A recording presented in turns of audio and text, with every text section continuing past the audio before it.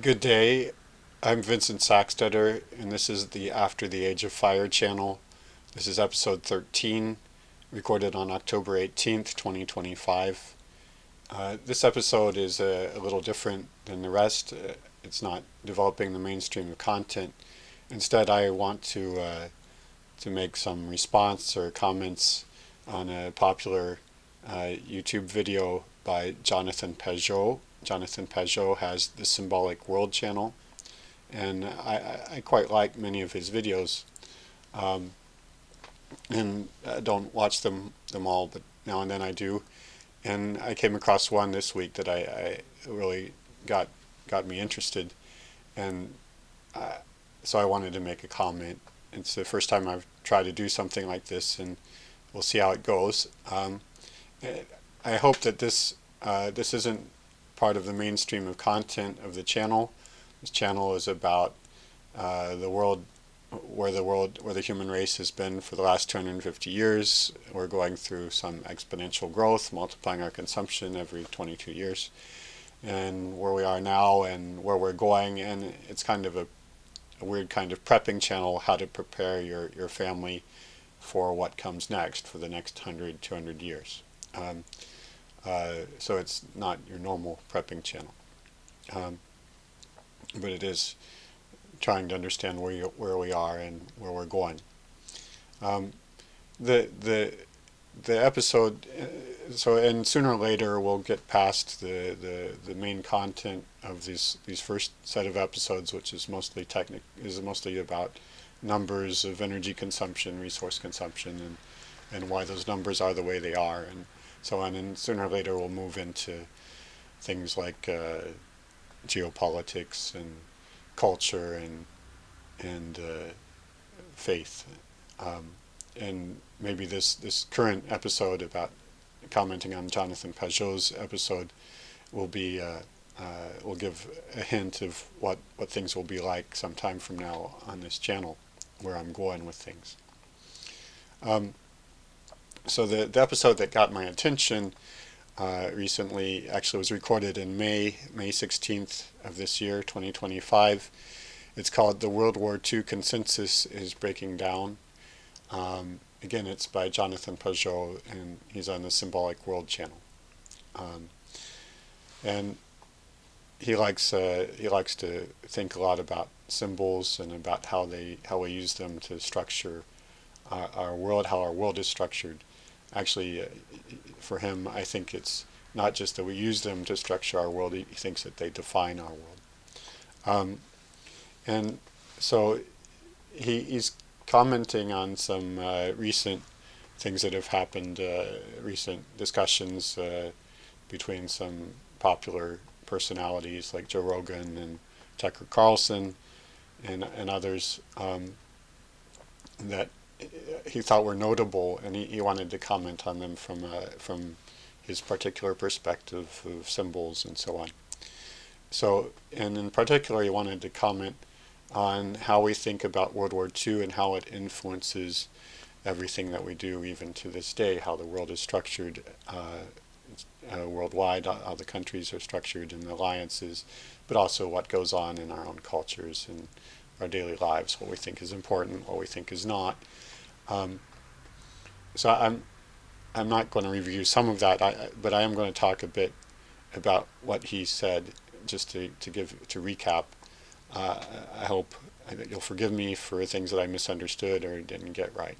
Um, uh, he talks about foundation myths. He says that every culture, every group of people has a foundation myth that describes how they got started, where they come from, and what they're about. Um, so we can think of Romulus and Remus. He didn't mention them specifically in the Roman Empire.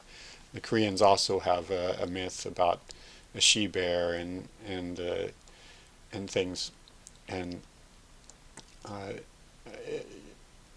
anyway, he says that the foundation myth of of the last 60, 70 years is a particular understanding of World War II and what that was about. Um, it's a story in which the right triumphs over wrong, where there are good guys and bad guys, and where, because right triumphed over wrong, we now are beginning. We're now well into an effort to make a world without history, a world where all the countries come together and live in unity, uh, um, and have organizing ideas and principles that we all agree on and all work together for. Okay. And he says every foundation myth leaves out some important details, things that in the end are more than details. It hides things, they're dark secrets, things that you can't talk about too much or at all. Um, and every foundation myth has an expiration date, because sooner or later um, those things that it's left out or hidden or quashed become too important to ignore. I'd add to that also just a foundation myth provides a map of the world, and sooner or later that map of the world no longer works so well compared to the world that you're living in 50 or 100 or 500 years later. That's my thought. Um, and and Jonathan Pageau highlights in particular one question: did the good guys really win World War II? And he implies that, in a way, perhaps the answer is yes. He does seem to think that the West, Europe, and the United States can consider themselves to be good guys, but he talks about an alliance that the West made with the communists, with communist Russia, in order to win the war, and in particular about how the communists were not really good guys, that they did a lot of terrible things, and that after World War II, because we had created this myth where the good guys triumphed, and this triumph became the underpinning of our world and world order, and of our orders within particular countries and so on, and how we imagined ourselves to be, what we taught our children. Because of that, he says, because of that, from then on, and this was started. This trend got worse and worse. From then on, there was if you happened to be socialist or communist, we did not act to attack or condemn or analyze or debate that as very strongly. But if you had any hint of being fascist, we did. So he emphasizes how it's not enough for you to be fascist, for you to be condemned, or for you to have a fascist friend. If some link can be traced to a link to a link to a link to a link, for you to finally a fascist, then suddenly you're out of you're too, you can't, nobody's going to listen to you. You're worse than, well, I was going to say worse than Hitler. And Hitler is worse than the devil. Okay. On the other hand, plenty of socialists and communists have faculty positions and influential roles all through the West by now. And this trend got even deeper as the years went on, and by now it's you're not allowed to have any trace of identity politics. So, for instance, he talks about the United States South, the Confederacy, is somehow associated in people's minds with fascism. You're not allowed to have a tribal identity, an ethnic identity, or anything else, and instead, what we have now is he says we made a deal against the tyranny of identity, and instead, well, I'm not sure if these are his exact words, the tyranny of identity that the Germans were emphasizing, the German or Aryan identity, and instead we gave a pass to the revolutionaries. Okay, and so we sided against a particular sort of tyranny, the tyranny of fascism, of this identity politics, but now we are in a rainbow tyranny where openness to everything is imposed. Okay. Um, he says this is, and I'm not going to expand any more on right now on what that means. If you want to find out more, you can go back to his episode and then just there's plenty of other things to listen to that this will probably remind you of. Um, anyway, Jonathan Pageau says that right now we're at a moment where we're coming closer. He doesn't know exactly when it's going to happen, when this foundation myth will break down, just as every foundation myth does. Um, and he says we're seeing, as we speak, all sorts of things rising in our culture that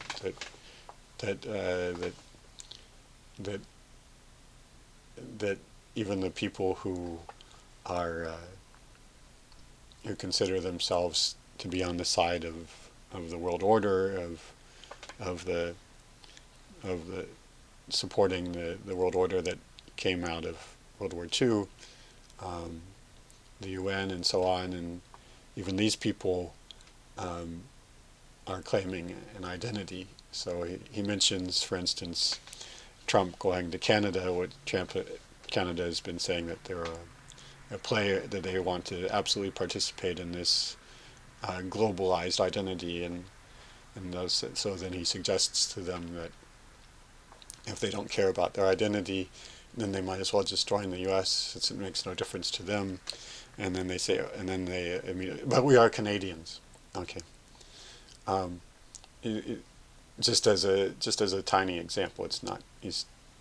I think Jonathan Pageau may be Canadian himself, but this is just. He evidently thinks that there are thousands of examples like this, and I agree with him.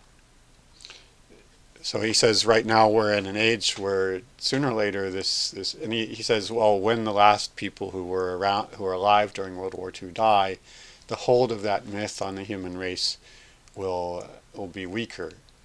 He's not saying exactly when it'll end, and we'll find some other foundation myth, but he says we may be coming close to that, or maybe at that point. And he many times, I think, expresses a hope that as this myth meets its expiration date, that it will come to that he hopes that in the reaction that we don't choose that some of us don't choose to just to do the opposite of the myth. So people who suddenly who say, okay, well, Hitler was right and wonderful, and we should just do things like and just embrace everything about fascism as if it were you let go of one, you adopt the other. He thinks there must be some other way. He hopes that there's another way. He hopes that we choose a least crazy way of adapting as we go through this transition. Now, I like this. I like to, in particular, but it made me want to add something, and that's why I thought maybe I could do a video here. I want to say that there's more than one foundation myth in play. Okay, there's certainly a foundation myth of the world order that came out of World War II. Okay, but there's an older one. Okay, and that goes back 250 years, and this is a myth of the human race has found the path of success, that we have found out how to, and the evidence of it is that we are growing exponentially. We're multiplying our consumption every 22 years and have done for 250 years. And out of that, it's not just that we're consuming more, it's all the other things that are going along with that. And so there's this myth that we have suddenly crossed the line, some magical thing happened 250 years ago, and now we're just different than anybody was before then. And now we have the way forward. We just continue doing all the right things. Maybe it's democracy. Maybe if you're communist, maybe it's communism. Maybe it's global trade. Maybe it's everyone being educated. Maybe it's the right technologies or whatever. We have an ensemble of tools, free speech, and this whole collection of tools and things that we've built up have given us the way forward, and now we know how to just keep going, and we will be able to keep going. Okay, and along with that has gone, so I'm just describing what this foundation myth is. It's one of exponential growth, of human success, and along with that somehow there was we simultaneously with that have been cutting ourselves off from nature. Most people, at least people in towns and cities, would consider it beneath them to have a job where they had their hands in the dirt, farming or say we're doing handwork. Okay, we're having to keep track of the seasons and wake up with the dawn and so on. That's behind us. It's all in the rear view mirror, and most of us don't look there. Okay, it's not human. Okay, so we've risen above our spinning wheels and our handwork and our chores and and using our brawn, and we've figured things out, and we've ascended over nature. Okay, we've departed from nature actually, and now we are in boxes that we call apartments and homes, and there are the moving boxes called vehicles, and there are the phones that we gaze into. That's another myth, and it's older. And I think we're coming, and in fact the whole subject of my channel is I think we're coming somewhere near the end of that myth also. Something else is going to come. We won't be able to multiply every 22 years anymore. Now, more about that myth, it is when we have so much energy available and so many resources available, it extends our power and so that our governments and other organizations can track individual details of everyone's life. They have energy to spare so that they can have the informants and all the technology there to track and control people and to give them wonderful educations tailored to make them think exactly as they should. And it also expands our ability to organize into large units, so that before 250 years ago, countries tended to be most countries were quite a bit smaller, or if they were large, they were tenuous. So it's not an accident that Italy and Germany came together as modern as a single country in the late 1800s, and it's not an accident that what we call the unipolar moment, after the collapse of the Soviet Union until recently, a single country, the United States, dominated the world. It's not an accident that for 40 years or so before that, the world was dominated by two superpowers. This had never happened before. The reason why you get these large, even global entities is because we have a lot of resources on offer. Lots of extra energy. And that also enabled the global power struggles, the world wars and things. Before then, the wars were smaller. And it enabled fascism, and it enabled communism, but it also enabled what we call the liberal democracy, the idea of a modern democracy with all the trappings of what we consider to be democratic right now. There was a democracy more than 250 years ago. It's called the United Kingdom, or England, okay? But a modern liberal democracy is a bit different creature, and the way it's run and what we think of it, democracy is a modern, there was something that we built on, but the modern democracy is a modern notion, and it's built on the assumption that there's a lot of resources and energy on offer. Okay. So that's the older myth that I want to discuss, and I think we're coming to the end of this, um, and as we find that we're no longer find slowly that we're no longer able to multiply by 2, and perhaps eventually we will have less resources per person than we do now.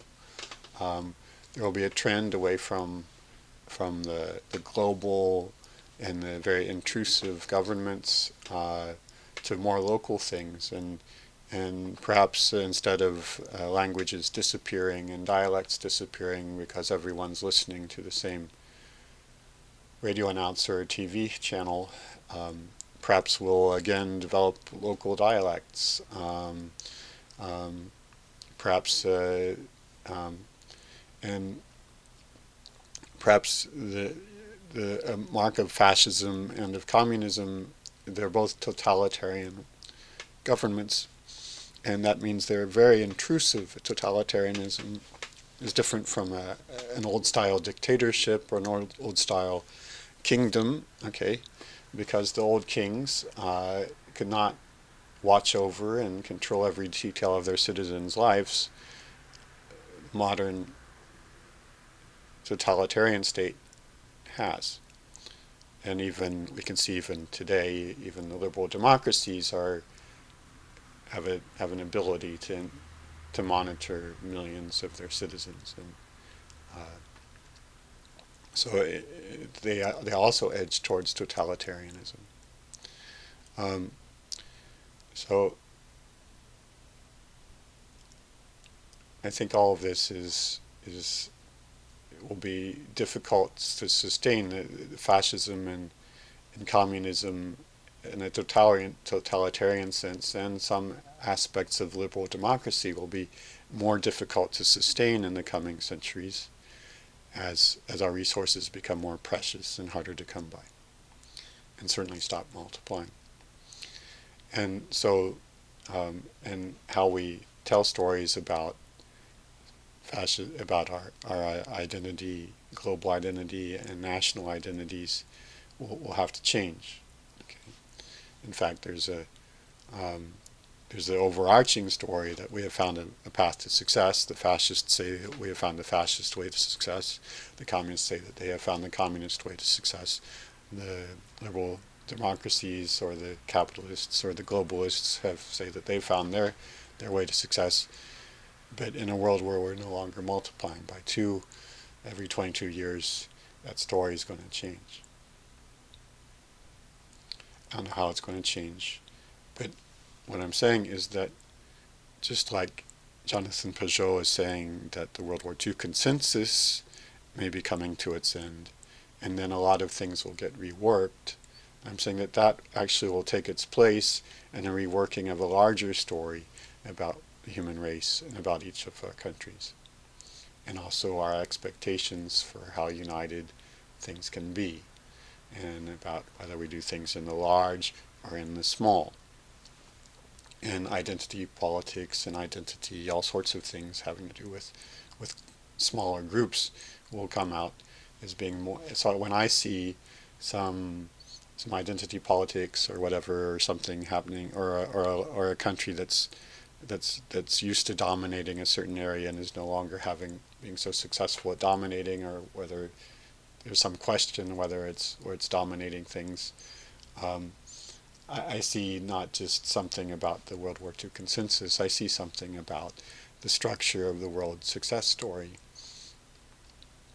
That in a world where resources are more precious, The natural way to do things is to break things down into small. It's more efficient to do things in the small than in the large. That's the basic thing.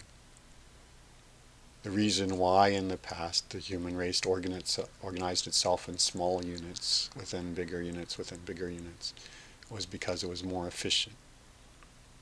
It's only when you have lots of energy to throw away that you can do things in the large.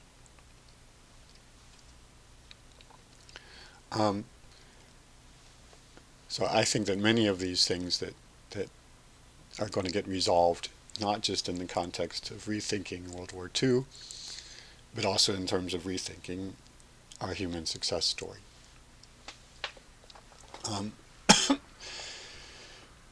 And I think we're well into that by now. I don't know whether we consciously admit that we're having some difficulty keeping our success going, okay, but we're certainly grappling with the issues. And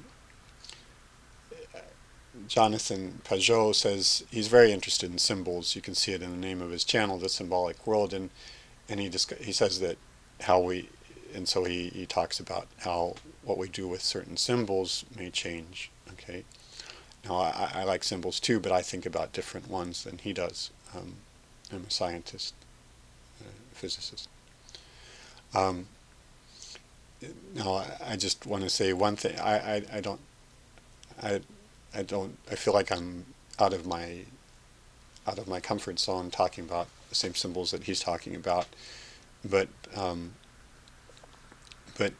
I suspect, I just want to say one thing, I suspect that some of the appropriate symbols that we'll be rediscovering and readopting in the next years will have more to do with agriculture and with natural symbols, the sorts of things that Jesus used in his parables. I think those would be appropriate symbols that we'll find are more and more gripping in the next decades.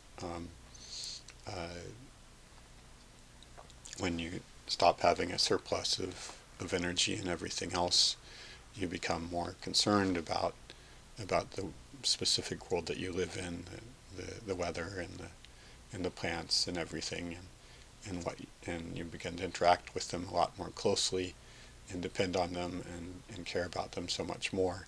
And then these symbols start to have a life that they lost for us over the last 200 years.